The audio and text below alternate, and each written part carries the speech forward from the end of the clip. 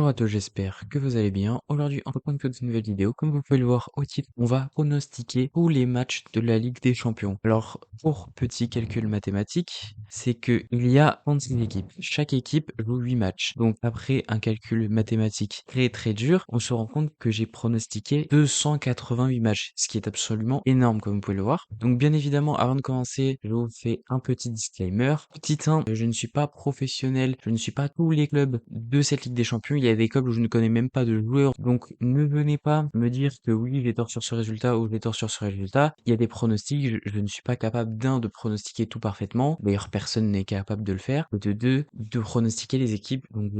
je ne connais pas. J'ai essayé de me renseigner le plus possible, mais dans la limite du raisonnable. Secondement, je tiens aussi à préciser que je fais ça pour le fun. Donc, n'allez certainement pas parier en voyant ma vidéo. Je ne suis responsable en aucun cas. Si vous pariez à la suite de ma vidéo, je vous aurais prévenu, n'allez pas parier sur mes conseils. Vraiment, très important, il y a des gens professionnels dans le sujet, renseignez-vous auprès d'eux, mais pas de moi. Voilà, donc juste aussi avant de commencer, n'hésitez pas comme d'habitude à aller follow RSN Design sur tous ces réseaux, que ce soit Insta et TikTok. Je vous mets ces liens en description et aussi à l'écran sur ses profils. C'est la dernière miniature qu'il nous offrira sur la chaîne, donc vraiment un grand merci à lui parce qu'elle est encore excellente, et aussi un grand merci à lui pour toutes ces miniatures. N'hésitez pas également à aller le contacter si vous voulez qu'il vous fasse quelque chose pour vous. Voilà, donc on peut commencer la vidéo. L'équipe qui pour moi finira dernière, c'est Slovan Bratislava. Donc c'est une équipe slovène. Pour moi, elle commencera avec une défaite 2-0 face au Celtic, puis une autre défaite 5-1 face à City. Elle enchaînera avec une défaite 3-0 face à Girona, et en fait elle fera que des défaites jusqu'à la fin, avec une défaite face au Dynamo 2-1, une défaite face au Milan 4-1, une défaite face à Atletico 2-0, une défaite face à Stuttgart 3-0, et enfin une défaite face au Bayern 7-1, qui nous fait un total de 0 victoire, 0 nul, 8 défaites, 0 points, 4 buts encaissés, 28 buts contre, ce qui fait que c'est la dernière équipe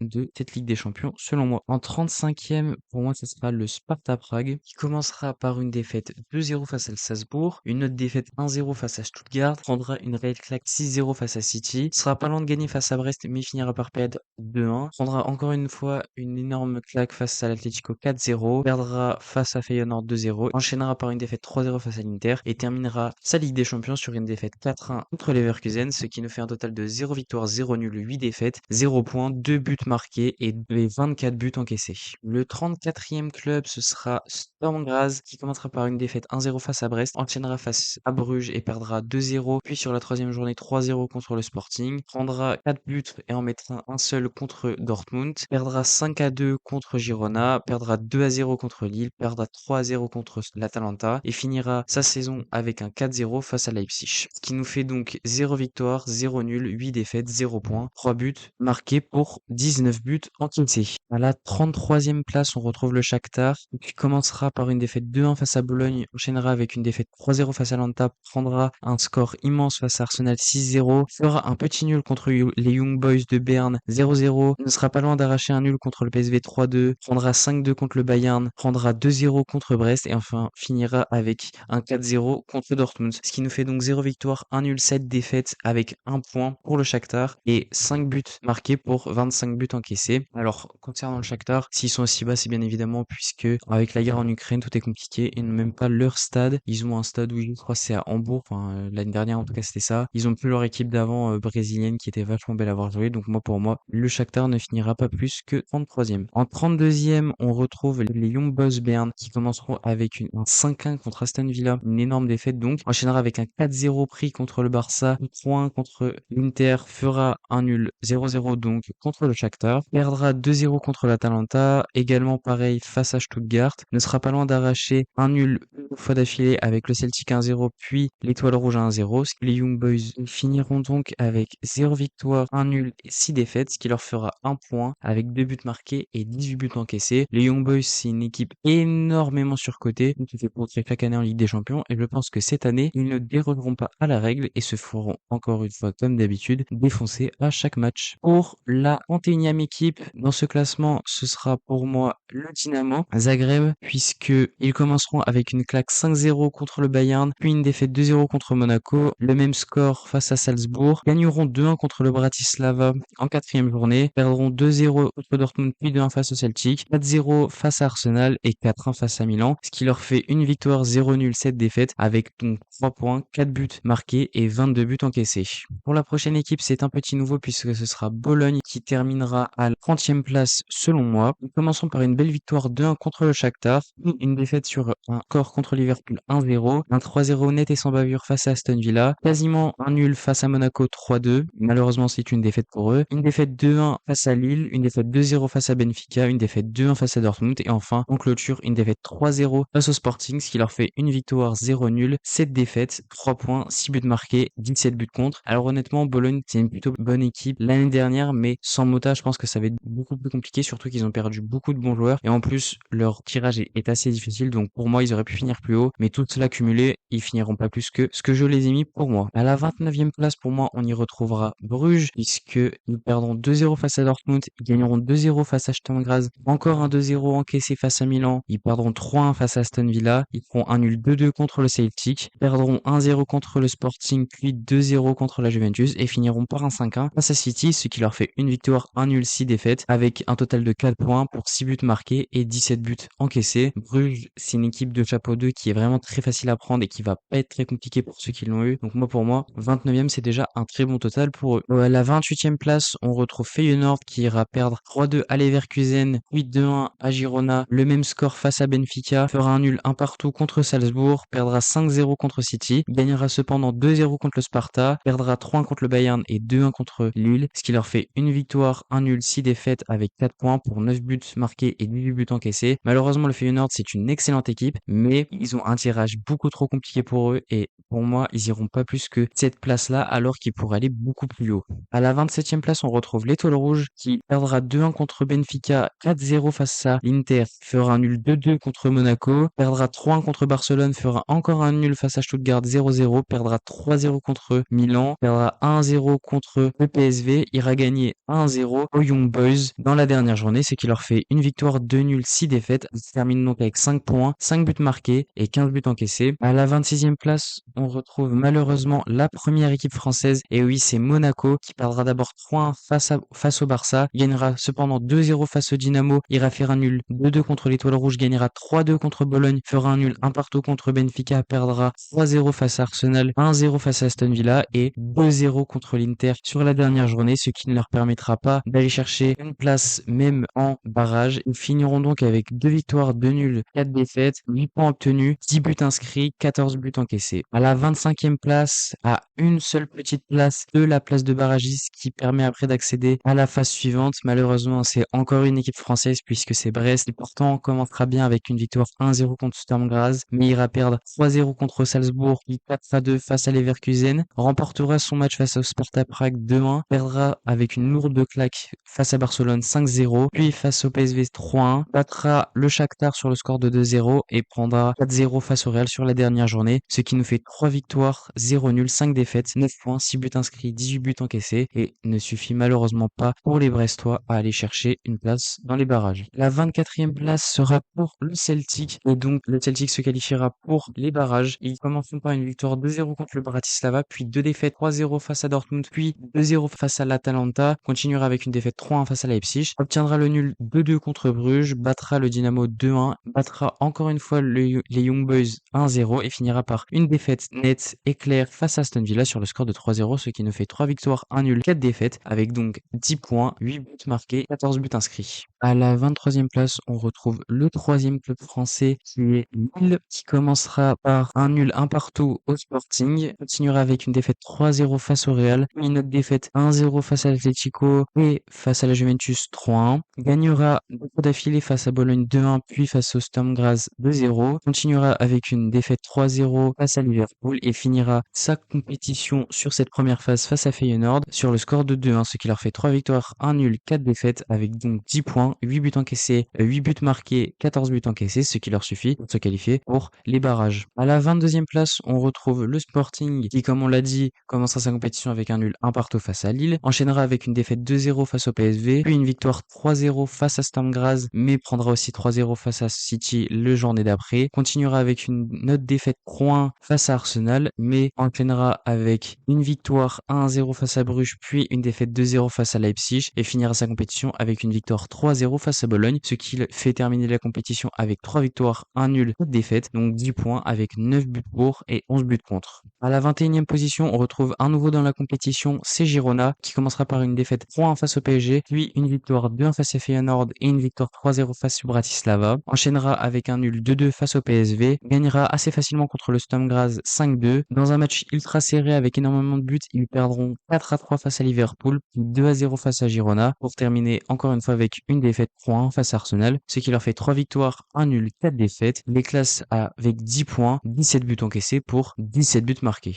On arrive dans le top 20 avec Salzbourg qui commencera par une victoire 2-0 face au Sparta Prague, une victoire 3-0 face à Brest avec encore une victoire face au Dynamo 2-0, puis un nul face au Feyenoord, un partout, et à partir de là, rien ne va plus pour Salzbourg puisqu'ils enchaîneront défaite sur défaite avec une défaite face à Leverkusen sur le score de 3-1, face au PSG sur le score de 4-0, face au Real sur le score de 3-0 et ira chercher pour la dernière journée un nul face à l'Atlético, un partout, ce qui leur fait donc un bilan de 3 victoires, 2 nuls, 3 défaites. Ils obtiennent donc 11 points avec 10 buts marqués pour 10 buts encaissés. À la 19e place, c'est une nouvelle équipe du chapeau 2, puisqu'on y retrouve Benfica qui commencera avec une victoire 2-1 face à l'Étoile Rouge, puis un nul, un partout face à l'Atlético, une autre victoire face à Feyenoord 2-1, puis une grosse défaite 3-0 face au Bayern, un nul, un partout face à Monaco, une autre victoire face à Bologne 2-0, une défaite sur la plus petite des marges 1-0 face à Barcelone, et terminera par une nouvelle défaite 2-1 face à la Juventus, ce qui leur fait 3 victoires, 2 nuls, 3 défaites, 11 points, 9 buts marqués pour 7 buts encaissés.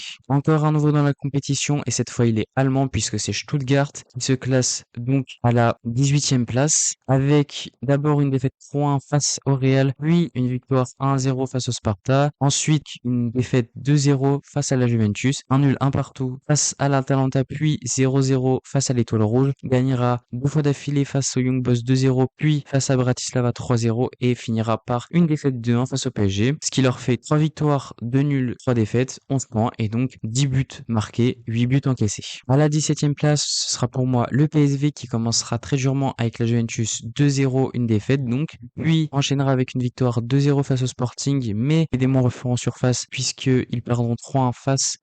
au PSG, enchaîneront avec un nouveau nul 3-3 contre Girona, qui gagneront cette fois quelques matchs d'affilée avec une victoire 3-2 contre le Shakhtar, 3-1 contre Brest et 1-0 contre Étoile Rouge pour au final finir avec une courte défaite face à Liverpool 2-1 qui les place avec 4 victoires, 1 nul, 3 défaites à 13 points et donc 15 buts marqués et 13 buts encaissés. À la 16e place, on retrouve une équipe italienne qui est l'Atalanta, puisque commenceront avec une courte défaite 3-2 face à Arsenal, une large victoire 3-0 face à Shakhtar, puis 2-0 face au Sporting, un nul, un partout face à Stuttgart, une victoire facile face aux Young Boys 2-0, une courte défaite face au Real 1-0, 2-1, puis une grosse victoire face au Sturm Graz 3-0 et finiront par perdre 4-2 face au Barça lors de la dernière journée, ce qui leur fait 4 victoires, 1 nul, 3 défaites et donc 13 points pour 16 buts marqués et 10 buts encaissés. On note dans le top 15 et ce top 15 nous offre la première équipe du chapeau 1 puisque c'est Leipzig qui commencera avec une défaite 2-1 face à l'Atlético, puis un nul 2-2 face à la Juventus, encore une défaite 3-1 face à Liverpool, se reprendra par la suite avec une victoire 3-1 face au Celtic, un nul, un partout face à l'Inter, une victoire 2-0 face à Aston Villa, une victoire 2-0 face au Sporting pour terminer avec une victoire 4-0 face au Sturm Graz, ce qui leur fait 4 victoires, un nul, 3 défaites, 13 points, 16 buts marqués, 9 buts encaissés. La 14e place sera pour l'Atlético qui commencera par une victoire 2-1 face à Leipzig, puis un nul, un partout face au Benfica, une nouvelle victoire face à Lille 1-0, puis une défaite 3-1 face au PSG, une victoire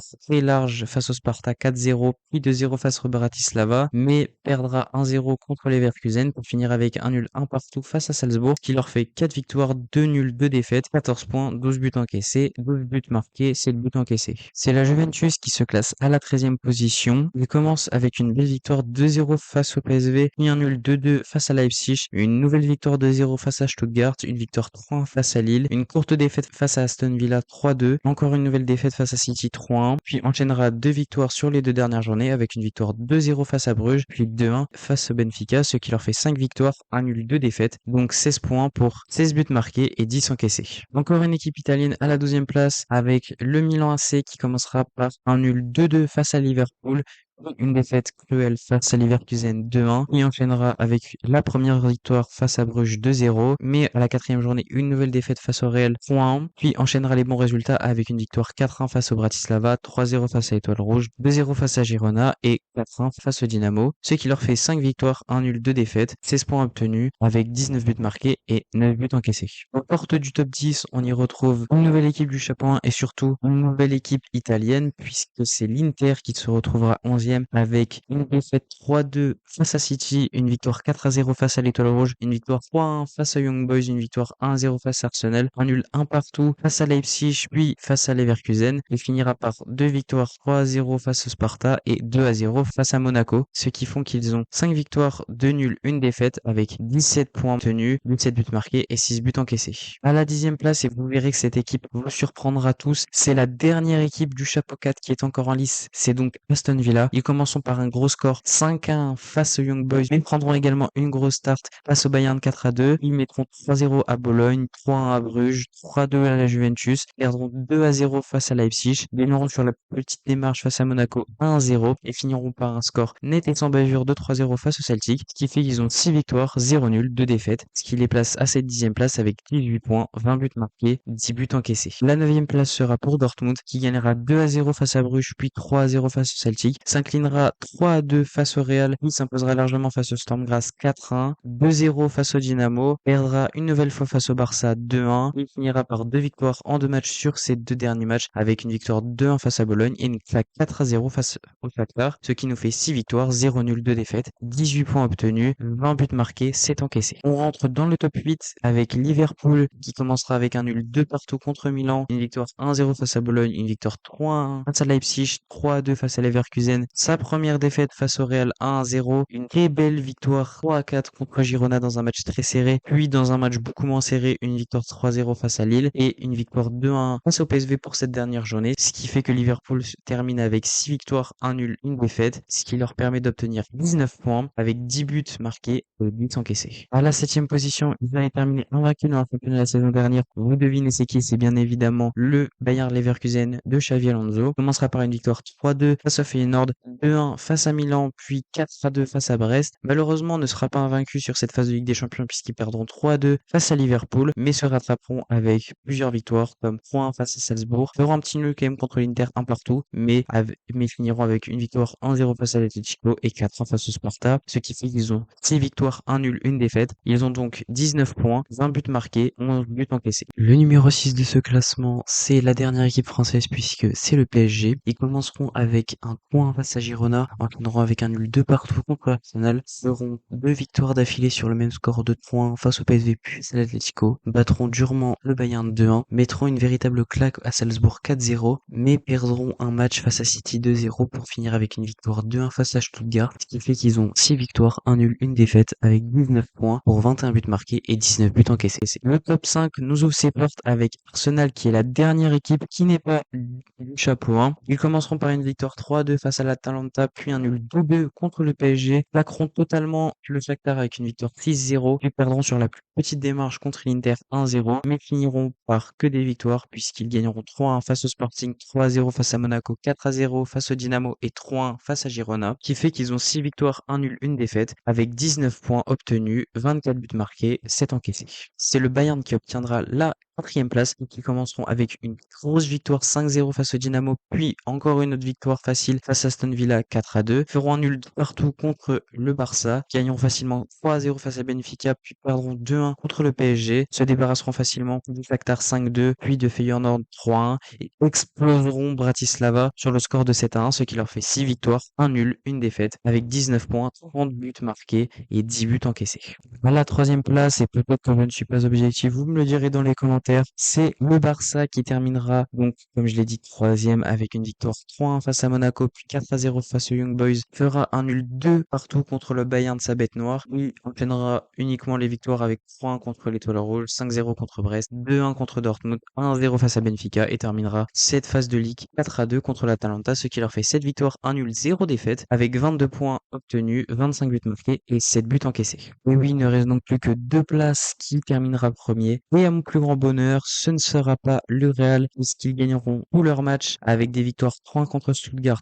3-0 contre Lille, 3-2 contre Dortmund, 3-1 contre Milan, 1-0 contre Liverpool, 2-1 contre l'Atalanta, 3-0 contre Salzbourg, 4-0 face à Brest. Cependant, cela ne suffira pas, que même s'ils finissent avec 8 victoires, 0 nul, 0 défaite, 24 points, 22 buts marqués, 5 encaissés, City fera mieux et terminera premier avec également que des victoires, 3-2 contre l'Inter, 5-1 contre Bratislava, 6-0 contre le Sparta, 3-0 contre le Sporting, 5-0 contre Feyenoord, 3-1 contre la Juventus, 2-0 contre le PSG et 5-1 contre Bruges, ce qui fait qu'ils ont 8 victoires, 0 nul, 0 défaite, 24 points, 3 buts marqués, 5 buts encaissés. Vous devinez donc qu'à la différence de but, City finit devant et donc ce sera City qui remportera pour moi cette phase de ligue. Voilà, c'est la fin de la vidéo. J'espère honnêtement qu'elle vous aura plu. Ça m'a pris énormément de temps. Même, je pense que ce sera largement la vidéo la plus longue de ma chaîne sans aucun conteste puisque là, à l'heure où je parle, je suis déjà à 25 minutes de tournage. Alors ce sera régi bien évidemment avec le montage. En tout cas, voilà, n'hésitez pas également à me suivre sur tous mes réseaux, que ce soit TikTok, Insta. Je republie des segments de mes vidéos. Donc là, il y aura tous les segments équipe par équipe sur TikTok et sur Insta. Vous prenez celui qui vous intéresse. C'est également sur YouTube Short. N'hésitez pas aussi à aller me follow sur Twitter. En ce moment, je suis très actif. N'oubliez pas surtout de liker la vidéo, de la partager, de vous abonner, d'activer la cloche. Et moi, je vous dis tchuss.